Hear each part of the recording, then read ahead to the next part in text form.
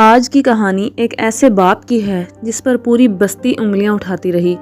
ایک ایسا باپ جس کے بارے میں سب نے یہ فیصلہ سنا دیا کہ اس نے اپنی مردہ بیٹی کو بیچ دیا ہے، لیکن کسی نے یہ نہیں دیکھا کہ اس کے دل میں کیا طوفان پک رہا تھا، کیا مجبوریاں تھیں اور اس کے اندر کتنی آوازیں روز مرتی تھیں۔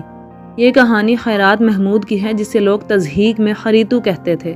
ایک ایسا باپ جس کا پورا وجود غربت سے بھرا ہوا تھا، اپنی بیٹی کی تکلیف اسے اندر سے کاٹ رہی تھی، مگر وہ کچھ بھی نہیں کر سکتا تھا۔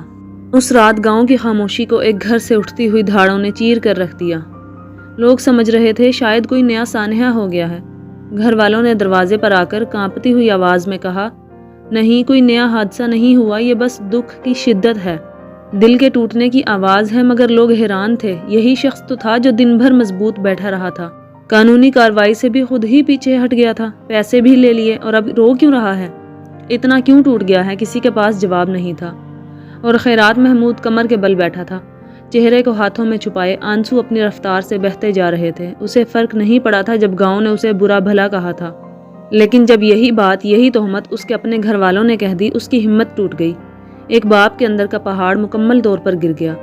خیرات محمود، مسلم شیخ برادری کا ایک غریب مزدور، ایک چھوٹا سا ٹوٹا ہوا گھر، کچی مٹی کے فرش، بوسیدہ چارپائیاں، سب کچھ تو تھا، لیکن سوائے سکون کے، سوائے وسائل کے، سوائے اس پیسے کے جو اس کی بیٹی کی بیماری کے لیے چاہیے تھا۔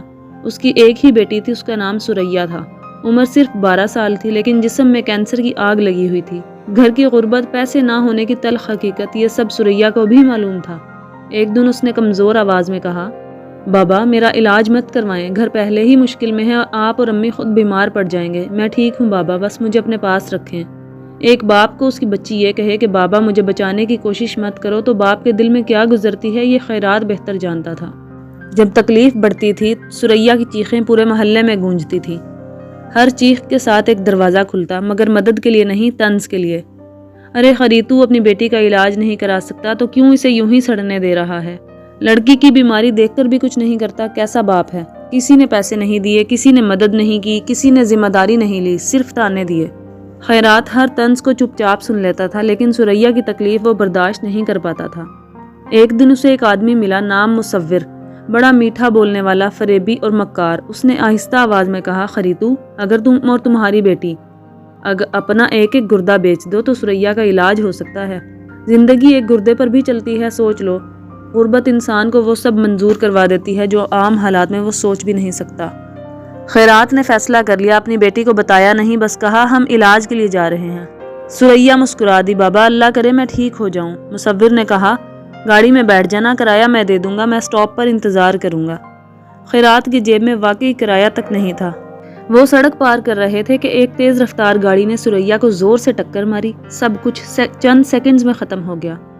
خیرات کے ہاتھوں میں بیٹی کی سانسیں بجھ چکی تھیں، وہ اسے بلا رہا تھا، آوازیں دے رہا تھا، میری بچی اٹھ جاؤ، ہم علاج کے لیے جا رہے تھے۔ مگر زندگی نے اسے مہلت نہیں دی۔ گاڑی والے ڈر گئے تھے، انہیں اپنی غلطی کا احساس تھا۔ انہوں نے کہا، بھائی ہم ذمہ داری لیتے ہیں، ہم تدفین کا خرچ بھی دیں گے اور کچھ مالی مدد بھی، بس آپ قانونی کارروائی نہ کریں۔ خیرات نے سر جھکا کر کہا، میں کچھ نہیں کر سکتا، جو مناسب لگے کر لیں۔ کیوں؟ کیونکہ اس کے پاس تدفین کے پیسے نہیں تھے، گھر کا راشن نہیں تھا، کھانے کو کچھ نہیں تھا۔ گاڑی والوں نے کفن، قبر، سب کچھ کروا دیا، 2 مہینے کا راشن بھی ڈلوا دیا۔ لوگوں نے کہا، اس نے پیسے لے کر اپنی بیٹی بیچ دی۔ پورا گاؤں، ہر گھر، ہر آدمی ایک ہی بات دہرا رہا تھا، خریتو نے اپنی مردہ بیٹی کو بیچ دیا ہے۔ لوگوں نے یہ بھی کہا، شاید اس نے خود دھکا دے کر بیٹی کو گاڑی کے آگے پھینکا۔ خیرات سنتا رہا، سہتا رہا، چپ رہا، لیکن جب یہی الفاظ اس کی بیوی، اس کے بیٹے، اس کی بہنوں، اس کے بھائیوں نے کہے، تم نے ہماری بیٹی کو بیچ دیا، اس کی روح ٹوٹ گئی۔ وہ دھاڑے مار کر رونے لگا، ایسے رویا جیسے پورا بدن پھٹ جائے گا۔ وہ شخص جو دن بھر خاموش بیٹھا رہا تھا، اب خود کو روک نہیں پا رہا تھا۔ پڑوسی دوڑتے ہوئے آئے، کیا ہوا، کوئی نیا حادثہ؟ گھر والوں نے کہا، نہیں، بس دکھ کی وجہ سے رو رہا ہے۔ لوگ حیران تھے، یہی تو تھا جو اتنا مضبوط بنا بیٹھا تھا، اب اتنا کیوں رو رہا ہے؟ کسی نے اس کا درد نہیں سمجھا، سب تماشا دیکھ کر لوٹ گئے۔